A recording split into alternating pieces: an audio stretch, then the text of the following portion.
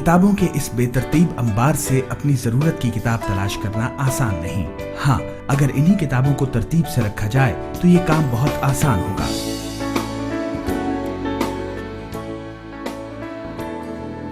تو پھر کسی بھی کام کو سر انجام دینے کے لیے ترتیب اور تنظیم ضروری ہے۔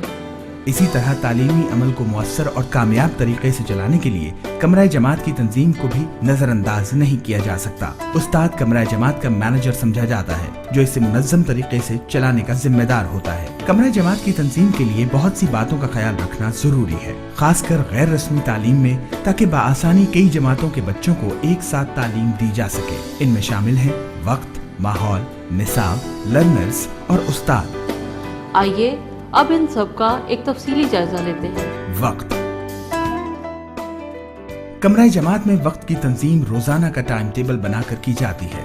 یہ ٹائم ٹیبل تعلیمی سال کے شروع میں ہی بنا کر نہ صرف استاد اپنے ریکارڈ میں رکھتا ہے، بلکہ اسے واضح کر کے دیوار پر بھی لگایا جاتا ہے۔ اس ٹائم ٹیبل کے ذریعے لرنرز، ٹیچر اور ہر آنے جانے والے کو بآسانی سمجھ آتی ہے کہ روزانہ کتنے گھنٹے پڑھائی ہوتی ہے، ہر مضمون کو روزانہ کتنا ٹائم دیا جاتا ہے، اور یہ دیکھنا بھی آسان ہو جاتا ہے کہ ٹیچر کیا ٹائم ٹیبل کے مطابق پڑھا رہا ہے یا نہیں۔ جن اسکولوں میں الگ الگ کمروں میں الگ الگ جماعتوں کے بچے پڑھتے ہیں، وہاں ٹائم ٹیبل صرف انہی کے مضامین کو دیکھتے ہوئے بنایا جاتا ہے، جبکہ ملٹی گریڈ یا کثیر الجماعتی طرز تعلیم میں ٹائم ٹیبل بھی ایسا بنایا جاتا ہے جس کی مدد سے استاد پانچوں جماعتوں کے بچوں کو پڑھا سکے۔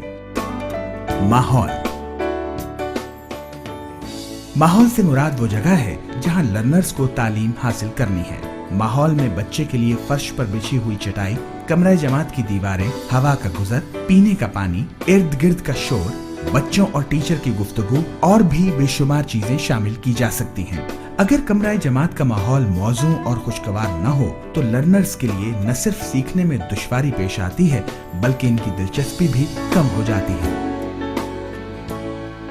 ایک اچھا ٹیچر کم سے کم وسائل میں جماعت کا ماحول خوشگوار بناتا ہے، جس میں تمام بچے خوشی خوشی آنا اور تعلیم حاصل کرنا پسند کریں۔ ماحول کی بہتری کے لیے کمرہ جماعت کو صاف ستھرا رکھا جائے، بچوں کو موسم کی شدت سے بچایا جائے، ان کو صاف ستھرے لباس میں آنے کی ترغیب دی جائے۔ کمرہ جماعت کی دیواروں پر بچوں کی تصاویر، ان کے ٹیسٹ اور ڈرائنگ کے نمونے لگوائے جائیں۔ سائنس کے تجربات اور جماعت کی سجاوٹ کے لیے لرنرز سے ان کے گھر میں موجود بیکار کارڈ، بیکار بوتلیں، رسالے، میگزین اور ٹن وغیرہ منگوائے جائیں، اور ان سے ہی تمام سامان اپنی نگرانی میں تیار کروایا جائے۔ پینے کے پانی کے لیے گلاس یا کولر کا انتظام کرنا درکار ہو، یا جماعت میں فالتو کاغذ ڈالنے کے لیے ٹوکری کی ضرورت ہو۔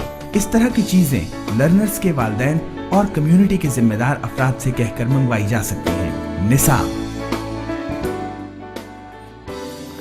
نصاب یعنی سلیبس کی تنظیم سے مراد اسے اس طرح سے تقسیم کرنا ہے کہ وہ پورے سال میں بآسانی مکمل ہو جائے۔ اس کام کے لیے اسکیم آف اسٹڈیز بنائی جاتی ہے۔ کثیر الجماعتی طریقہ تدریس میں چونکہ پہلی سے پانچویں جماعت تک کو ایک ساتھ پڑھانا ہوتا ہے، تو وہاں نصاب کی تنظیم تمام جماعتوں کو سامنے رکھ کر کی جاتی ہے۔ اس میں استاد پہلی سے پانچویں جماعت کے مختلف مضامین کے ملتے جلتے اسباق کو ایک ساتھ پڑھانے کا شیڈیول بنا سکتا ہے۔ اس وقت آپ پہلی سے پانچویں جماعت کا ریاضی کا سلیبس 8 ماہ پر محیط شیڈیول کے مطابق دیکھ سکتے ہیں۔ لرنرز اور استاد۔